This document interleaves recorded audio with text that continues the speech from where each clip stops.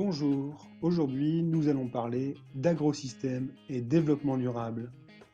Mais pour commencer, je vous propose de regarder la bande-annonce du film Home, soit sur le Padlet, soit directement sur YouTube. On se retrouve juste après. Ce film pose de nombreux problèmes environnementaux, notamment de pollution. Mais l'augmentation de la population humaine, qui atteint 8 milliards d'habitants en 2018 et qui va encore augmenter dans les années prochaines, comme vous pouvez le voir sur ce graphique, posera de nombreux problèmes alimentaires.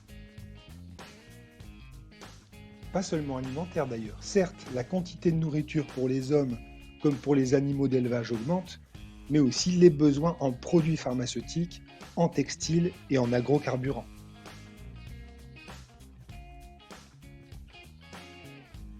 Le problème scientifique du chapitre est donc comment adapter l'agriculture pour fournir des aliments en quantité suffisante, de bonne qualité et sans détruire l'environnement.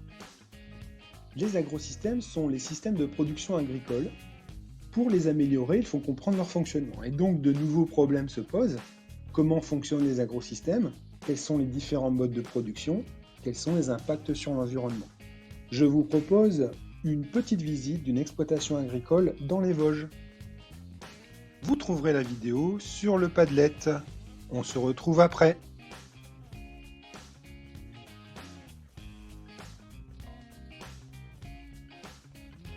À l'issue de cette visite, on peut essayer de comprendre le fonctionnement d'un agrosystème.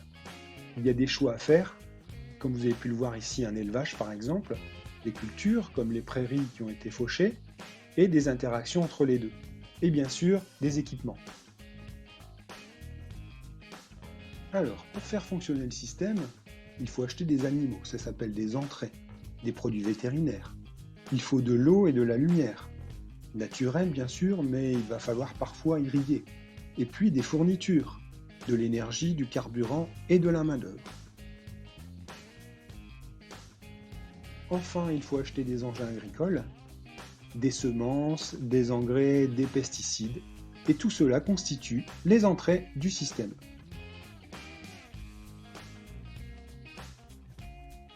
Dernière caractéristique du système, les sorties, comme les récoltes, ou ici la fabrication de fromage.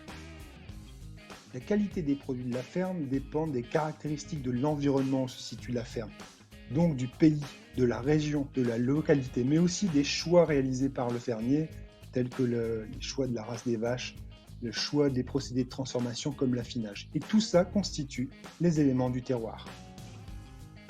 Mais pour mieux comprendre cette notion de terroir, je vous invite à regarder la vidéo Produits du terroir Landif sur le Padlet et on se retrouve juste après.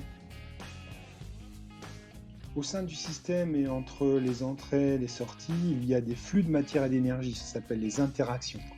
Par exemple, les cultures vont alimenter les vaches qui vont rejeter de la matière organique pour alimenter le sol. Les récoltes sortent du système bien sûr.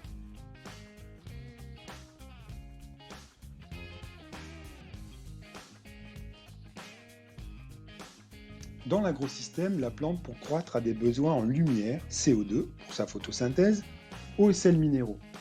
Normalement, ce qu'elle produit retourne au sol et le réalimente, mais l'homme, en récoltant, empêche ce renouvellement.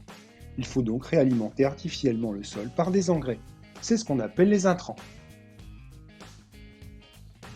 Regardez, pour gérer quantitativement les besoins nutritifs de la population, en utilisant des intrants tels que des insecticides, des herbicides ou des fongicides, on a pu augmenter les rendements.